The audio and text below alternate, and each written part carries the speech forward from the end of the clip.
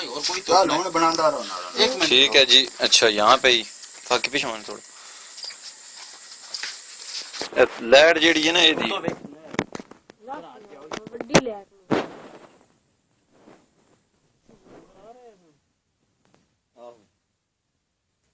ये जी ईंटें हैं 5 इनको ये अपने जबड़ों से उठाएंगे यहाँ पर। ये नाज़म साहब हैं और ये इन 5 ईंटों को निचली ईंट को मुंह डालकर अपने मुंह से उठाएंगे। नीचे वाली ईंट ये है। हाँ जी। इसके ऊपर ये 2 ईंटें पड़ी हुई और हैं। इंतहाई गुमसुम अंदाज में सोच रहे हैं, पता नहीं कोई जादू मंत्र वगैरह पढ़े हैं। और ये आगे बढ़े 1 मिनट बाकी सब पीछे हट जाएं। और ये मुंह डाला 5 ईंटों को मुंह डाला और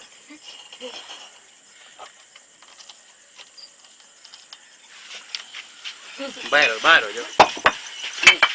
डेग गई है कोई ना कमाल है जी।